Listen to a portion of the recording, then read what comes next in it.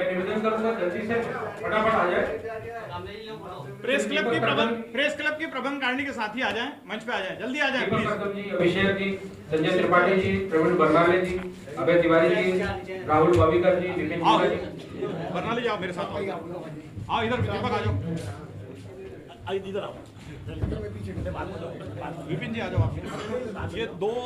ये तो खैर हम आपके श्री चरण इतनी पुण्य पवित्र भूमि पर आप लोग रह रहे हैं। शिव कृपा से प्रेस क्लब के आदरणीय अध्यक्ष महोदय तिवारी जी को बहुत बहुत साधुवाद। आप सभी ने अपने जीवन काल के अंतर्गत बहुत सारे इंटरव्यू भी लिए होंगे और बहुत से लोगों का सामना आपके सम्मुख है। दुनिया में सबसे ज्यादा प्रिय भी पत्रकार ही होते हैं और लोगों को अगर सबसे ज्यादा कोई मार्ग प्रशस्त करने वाले होते हैं तो वो भी पत्रकार ही होते हैं। उनकी कलम में वो दम होती है कि उस एक कलम के माध्यम से वो संपूर्ण राष्ट्र को हिलाने की भी सामर्थ्यता रखते हैं। एक प्रसन्नता मुझे यहाँ पर जो दिख रही है वो प्रसन्नता मुझे कहीं नजर नहीं आई। पत्रकारों की एकता मुझे यहाँ नजर आई। जो कई जगह पर हम जाते हैं, ऐसा नहीं यूपी हो चाहे महाराष्ट्र हो, जहाँ पर भी, परंतु सब विभाजित रहते हैं।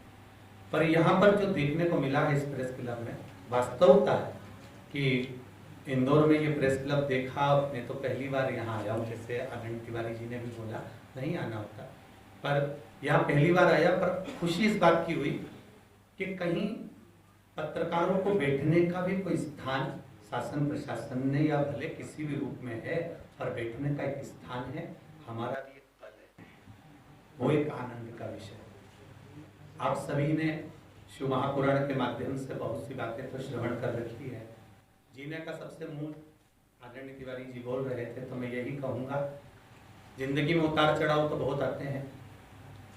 आज भी कथा में था कि जन्म और मृत्यु के बीच का जो समय है, हमारा जीवन काल है, यही संसार में रहना है और यही संसार में जीना। भगवान राम से, भगवान शिव से, भगवान कृष्ण से, भगवान महावीर से, भगवान गौतम बुद्ध से, चाहे हमारे राष्ट्र के जितने संत रहे, उनसे हमने एक चीज सीखना है कि उनके चेहरे की स्माइल, उनके चेहरे की प्रसन्नता कभी समाप्त नहीं। वन वन राम जी डोले तो भी इसके बाद भी उनके चेहरे पर प्रसन्नता ही बनी। भगवान कृष्ण को सब कुछ छोड़कर जाना पड़ा, मथुरा वृंदावन गोकुल, फिर भी चेहरे पर प्रसन्नता बनी रही। जीवन में ऐसे बहुत पड़ाव आते हैं जिस समय पर हमको दुख भी सम्मुख में खड़ा हो जाता है, परंतु उस समय पर भी हमको हमारा बल, हमारा विश्वास, हमारी दृढ़ता हमको बल प्रदान करती है।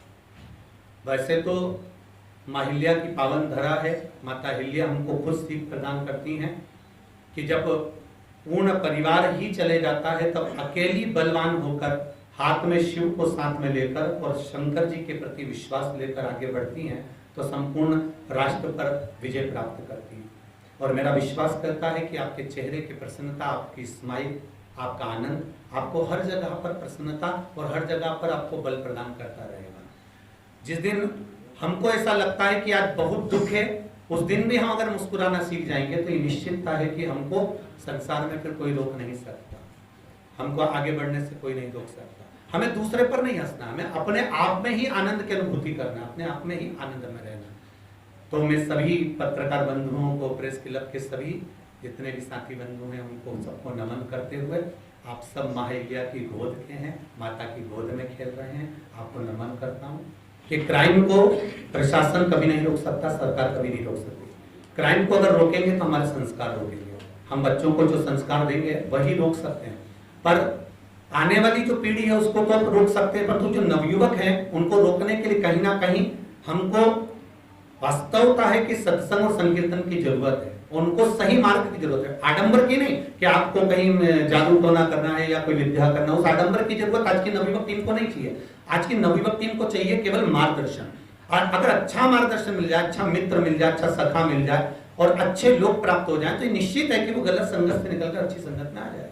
अभिषेक गुरुजी गणित पर मेरा एक आपसे प्रश्न कम आग्रह ज्यादा है कि कथा स्थल में देखता हूँ कि 6-6 महीने के बच्चे लेकर महिलाएं आती हैं, तो क्या कोई ऐसी व्यवस्था हो सकती है कि उन बच्चों के लिए या तो जो छोटे बच्चे लेके आते हैं उनके लिए कोई अलग बैठक व्यवस्था हो जाए, या आप मंच से आप बोलेंगे तो उनको ज्यादा समझ में आएगा कि तो छोटे बच्चे जो लेके आते हैं वो घर से ही टीवी पे कथा सुने, ताकि कभी भविष्य में कोई भी दुर्घटना ना हो। बहुत क्या कहना चाहिए? बहुत अच्छी बात की है, उत्तम और आपने अच्छा मार्गदर्शन दिया है। आने वाले समय में वास्तवता है कि ये सब होना भी चाहिए। उत्तम के बाद निशिकांत मंडलोई जी पीछे हैं। पंडित जी, मेरा एक छोटा सा प्रश्न है, जितनी आपकी लोकप्रियता उतनी आपकी आलोचना भी होती है, इस बारे में आपके क्या? बहुत अच्छी बात है ना, उसमें एक लोकप्रियता ज्यादा, आलोचना ज्यादा होती है। ठीक है, बाबा की मर्जी है, ये तो बाबा के आशीर्वाद है। पीछे निशिकांत जी। जय शिवाय, नमस्ते गुरु जी। पूछना तो कुछ भी नहीं है, आप तो सभी कुछ व्यासपीठ से प्रसारित कर ही देते हैं, लेकिन मेरा भी ऐसा मानना है कि हम लोग सब हनुमान हैं, पता नहीं कौन सा जामत आके हमको जगा जाए, बस इतना ही बोलना है मुझे। चलो जीतू माइक लाओ, जीतू माइक लाओ। एक मिनट एक कन्हैया, उसके बाद अमित सालगढ़। पंडित जी नमस्कार, मैं प्रजापति अखबार से कन्हैया यादव। पंडित जी, देखने में आता है हिंदू समाज देखे अपना, मुस्लिम वर्ग देखे, मुस्लिम वर्ग जो होता है कि अपने बच्चों को बचपन से उनके धर्म स्थानों पर जाने के लिए तामील देता है, संस्कार देता है। सिखों को देख ले तो वो गुरुद्वारे में जाने के लिए अपने बच्चों को भेजते हैं। हिंदू वर्ग अपना जो है बच्चों को मॉल में ले जाएगा, शॉपिंग कराएगा, घूमने फिरने, पिकनिक स्पॉट, दूसरी चीजें क्यों नहीं है? शुरू से ही बच्चे जब उस एज में हो कि उनको भक्ति के लिए आकर्षण कर दे, बता दे, या उनको एक संस्कार के रूप में दे दे। क्या कारण है कि कहाँ कमी रह जाती है कि हमारा जो वर्ग है वो नहीं समझ पा रहा है? उसमें कहीं ना कहीं बच्चों को माता पिता ये विचार करते हैं कि केवल हम जो पढ़ा रहे हैं बच्चों को या स्कूल में जो ज्ञान दिया जा रहा है उसी से बच्चा विद्वान हो जाएगा। उससे बच्चा विद्वान तो हो जाएगा, आज कथा में था, पर विद्यावान नहीं हो पाएगा। विद्वान में बढ़ता जाएगा, आगे बढ़ते जाएगा, अभिमान आता जाएगा, वो कोई आने वाले समय उनके लिए फिर वो मंदिर या देवालय नहीं जाएगा। पर माता पिता का मूल तत्व ये होना चाहिए कि किसी भी रूप में बच्चा 1 सेकंड के लिए जाए पर भगवान के द्वार पर जाए, प्रणाम करे, नमन करे। अगर वो प्रणाम कर रहा है तो निश्चित है कि आने वाले समय में माता पिता को किसी वृद्धाश्रम में जाने की जरूरत नहीं पड़ेगी, वो बच्चा उनको संभाले। लावटी जी। पंडित जी, आप अंतर्राष्ट्रीय ख्याति अर्जित कर चुके हैं और ख्याति ही खौफ का कारण भी बनती है। क्या आपको कभी ऐसा डर लगता है कि मेरी इतनी ख्याति है, कभी कुछ अनायास कुछ हो जाए, या कुछ ऐसा मन में विचार आता है? भय तो केवल एक ही रहता है कि जो भक्त लोग यहाँ आते हैं, मूल चीज सबसे मूल, हम संजय भैया भी जब सीहोर आए थे कथा लेने के लिए, हमने उनसे एक ही बात कही थी कि संजय भैया जितने भी भक्त लोग आए उनका सबका आनंद हो, सबको बैठने की उचित व्यवस्था के आनंद। और बाबा की कृपा रही, इनकी पूरी टीम ने बहुत व्यवस्था करी, मतलब ज्यादा से ज्यादा जितनी व्यवस्था कर सकते थे संजय भैया टीम ने बहुत करी। बस यही एक भाव रहता है कि जो आया है वो अच्छे से जाए, यही एक आनंद है। चलो अभय जी। मैं पूछना चाह रहा था कि गुरु दीक्षा और उसके लिए क्या प्रोसीजर और क्या सिस्टम रहता है, उसके लिए है व्यवस्था और क्या रहता है, तो आप पहले तो हम किस अमित सालगढ़ पंथ से जुड़ रहे हैं, जैसे हमारा ब्रह्म संबंध गोवर्धनाथ मंदिर लालासपेटी विठलेश राय काका जी महाराज गोस्वामी उनसे रहा है। तो हमारा ब्रह्म संबंध का एक क्रम रहता है पुष्टि मार्ग का। ठाकुर जी के सामने खड़े होकर ठाकुर जी को तुलसी अर्पित कर भगवान से अपने हृदय की बात मंत्र का भाव कराया जाता है। उसी तरह गुरु दीक्षा का सबका गुरुओं का अपना अपना क्रम रहता है कि वो किस तरह से गुरु दीक्षा देते हैं। कोई एकांत में गुरु दीक्षा देता है, कोई सामूहिक रूप से देता है, कोई भगवान की साक्षी में मंत्र देता है। तो जब हम परमात्मा की साक्षी में गुरु दीक्षा लेते हैं तो उसका एक आनंद ये हो जाता है कि हम भगवान के प्रति समर्पित हो गए, भगवान हमारा। चलिए अमित। अरे ऐसे बोल दो आप। क्या वजह है कि जो राजनीतिक जो बड़े नेता हैं वो जो राजनीति है वो आपके चरणों में आ रही है बार-बार? राहुल गांधी की भारत यात्रा में देख के आप क्या जरूरत है भारत? राजनीति रवि रत्नाकर किसी कथाकार के चरणों में या ऐसा तो नहीं है, पर धर्म में राजनीति और राजनीति में धर्म तो शुरू से चला आ रहा। दशरथ जी महाराज के समय पर भी गुरु साथ में बैठते थे, जनक जी के समय पर भी गुरु साथ में बैठते थे। तो ये तो एक निरंतर का भाव है कि कहीं ना कहीं किसी न किसी रूप में जहाँ धर्म है वहाँ राजनीति रहती ही, और राजनीति जो है वहाँ धर्म थोड़ा रहता ही है। तो ये तो क्रम सदा से चला आ रहा है। तो ऐसा नहीं कि राजनेता हो किसी कथा में नहीं पहुंचते या हमारी कथा में ज्यादा आ रहा है, ऐसा भी नहीं है। सभी कथाओं में लगभग जाते हैं, और पूर्व में भी जो बड़े बड़े संत साधु गुरुजन रहे हैं उनके चरणों में भी वो जाके बैठे हैं। हम तो केवल उनकी रज हैं। चलिए रवि रत्नाकर, अब 2-3 सवाल हो पाएंगे। रवि रत्नाकर। तो वो मंदिर तक पहुंचाने के लिए पहले तो आपको धन्यवाद कहना चाहूंगा। बड़ी संख्या में लोग अब मंदिर जाने लगे।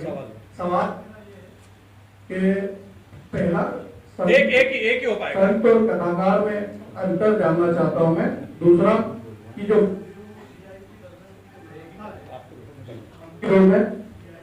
अरे माइक रख दो, आप खड़े होकर ऐसे पूछ लो यार।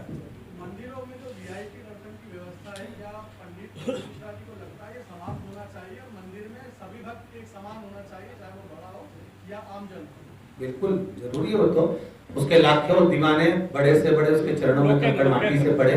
परमात्मा के आगे कोई बड़ा छोटा नहीं होता। उसके सम्मुख में तो जब आप तिरुपति अगर गए होंगे तो तिरुमाला में 500 का भी एक कूपन मिलता है, 1000 का भी कूपन मिलता है, 10,000 का भी मिलता है, और एक 50 रुपए का भी मिलता है, और एक धर्म की लाइन भी लगती है। जब मंदिर के अंदर प्रवेश कराया जाता है तो 50 वाला, 100 वाला, 500 वाला और फ्री वाला सब एक हो जाते हैं उनके दरवाजे पर पहुंचते हुए। उसी तरह परमात्मा के द्वार पर कोई बड़ा कोई छोटा नहीं होता। जैसे हमने गुलाब जामुन खाई, दही बड़ा खाया, रसगुल्ला खाया, गया तो पेट में, चाहे तुम 500 देकर गए चाहे 100 देकर गए, पर गए तो परमात्मा के सामने ही हो। पर कहीं ना कहीं ये जरूर है कि जब हम पैसे देकर अंदर प्रवेश करते हैं तो हमारे भीतर थोड़ा अहंकार प्रकट हो जाता है, और जब हम धर्म की लाइन में धक्का लगाकर पहुंचते हैं तो और विश्वास बढ़ जाता है कि मुझे भगवान का दर्शन हुआ। तो अहंकार प्राप्त हो उससे अच्छा है कि धर्म की लाइन में पहुंचकर भगवान का दर्शन। लोकेन जी के बाद राजा शर्मा, जल्दी। हम सभी में आपकी बहुत ज्यादा ख्याति हुई है। हम लोग जानना चाहते हैं कि कथा आप कब से कर रहे हैं, उसके पहले आप क्या करते थे, क्या बैकग्राउंड है? 1999 में पहली कथा करी है गोपी किशन जी चाणक्य के यहाँ। गीताबाई पाराशर एक ब्राह्मण, उनके पति शांत हो गए थे, तो उस समय पर ऐसा था कि कोई शांत हो जाता था तो भागवत सुनाते थे तो उसकी मुक्ति हो जाती है, ऐसा वर्णन किया जाता है। तो उनके पास में कोई था नहीं, तो उन्होंने हमसे ही, उस समय तो पढ़ाई कर रहे थे, तो उस समय उन्होंने हमसे कहा कि आप हमारे पति के निमित्त आप कथा कर दीजिए। हमने कहा ठीक है, पर हमको धोती बांधना नहीं आती। तो माँ खुद की धोती उसके पति की लेकर आती थी, हमारे को बांधती थी। तब उन्होंने कहा कि बिना गुरु के कथा नहीं बांध सकते। फिर वही हमको लेकर यहाँ गोवर्धननाथ मंदिर आई हैं, और यहाँ ब्रह्म संबंध कराकर पहली कथा उन्होंने गोपी किशन चाणक्य जी के यहाँ कराई है। उस समय पर वो रोटी बनाने का काम करती थी, हम भी पढ़ाई करते थे, मित्रों की थोड़ी किताब मिल जाती थी उससे पढ़ लेते थे। तो यही जीवन चलता रहा और बाबा ने यहाँ लाकर छोड़ा। चलिए राजा शर्मा जी।